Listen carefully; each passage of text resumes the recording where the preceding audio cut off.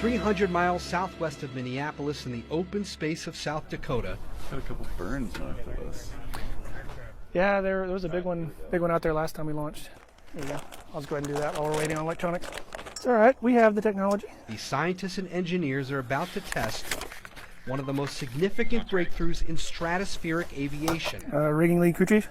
Go for crew chief. Pad checks complete. Copy. This balloon will spend up to 5 months in the air at an altitude of 70,000 feet, twice as high as this flight currently cruising from Minneapolis to Las Vegas. So you're up above the weather at that altitude, so there's no air traffic, you don't have any of the weather patterns, the jet stream. Jim Nelson is the president of Aerostar, a leading aerospace defense company based in Sioux Falls, South Dakota. He says today's launch is emblematic of Aerostar's leading aviation into the next frontier, the ability to navigate balloons in the stratosphere. So here is our altitude control system. As soon as you can adjust your altitude, now you can find the winds you're looking for and adjust to that wind going in a different direction. So it isn't a replacement for aircraft, it's not a replacement for spacecraft. It really provides this unique perspective of taking what things can be done in space and done on the ground, and it's really a great middle ground. Flight engineer to crew chief, ATC and telemetry are a go. You're clear for launch. 3, 2, 1, release.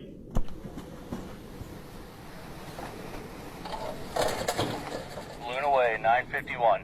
According to Aerostar, the company is a key partner of NASA and the U.S. Department of Defense.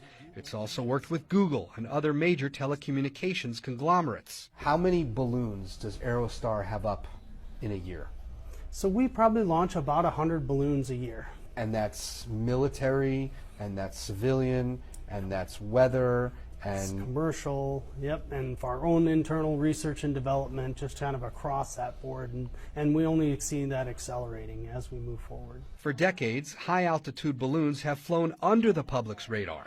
But that all changed last February. They successfully took it down, and I want to compliment our aviators who did it. The U.S. military shooting down what officials described as a Chinese surveillance balloon.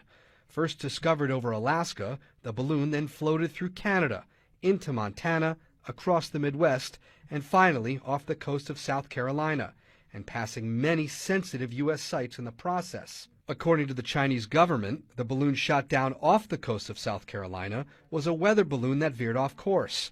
1 week later, and still in the shadow of a looming international crisis, 3 more objects were spotted over U.S. and Canadian airspace, including one shot down by the Minnesota Air National Guard over Lake Huron. If any object presents a threat to the safety and security of the American people, I will take it down. What was it like for you this past February? It was really interesting because suddenly all of my friends and relatives wanted to know what it was that I did. There's lots of variation. At Aerostar, project manager Sarah Van Huysen describes a threefold purpose to the Aerostar fleet: connect, protect, and save lives. I think people think of a balloon as something very simple that can't do very much, when really a balloon can do a lot more than people realize. Over Puerto Rico, after the Hurricane Maria devastated the island's infrastructure, we used a constellation of balloons to build back up cellular networks for people. So we had a constellation of balloons continuously over the island for several months. In Afghanistan, aerostats, which are tethered balloons provided by Aerostar, were kind of a tower in the sky over military bases. They had radars, communication systems, threat deterrence. We're not doing surveillance of U.S. citizens. Another balloon in production right now will carry thermal imaging cameras to help firefighters during the summer wildfire season out west.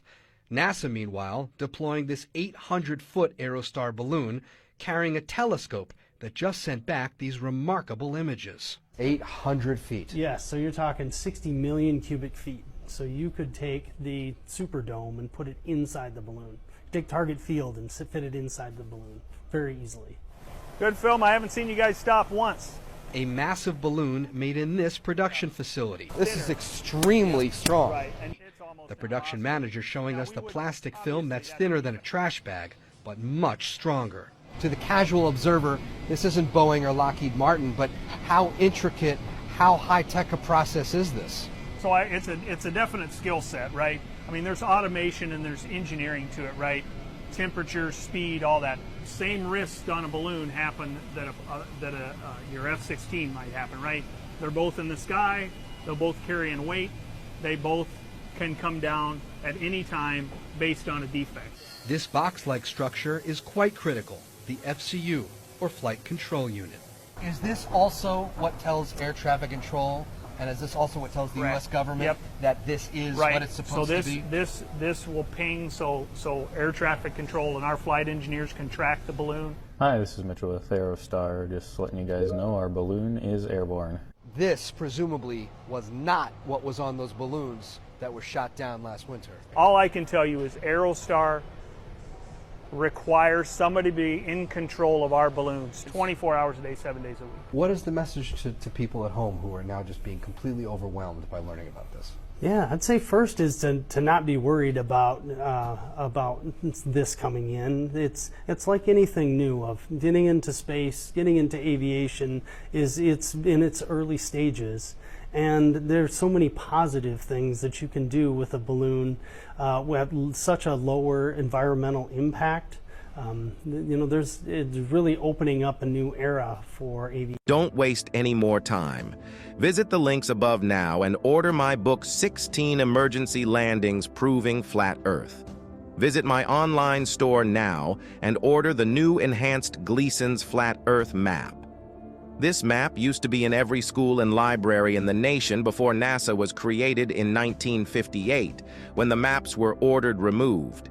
Have your Gleason's map hanging on the wall in your house where no government can take it down. Here you see it hanging on a wall in the house of the late Charles K. Johnson. Here is a quote from the book 1984 by George Orwell. Every record has been destroyed or falsified, every book rewritten, every picture has been repainted, every statue and street building has been renamed, every date has been altered, and the process is continuing day by day and minute by minute. History has stopped. Order your map now.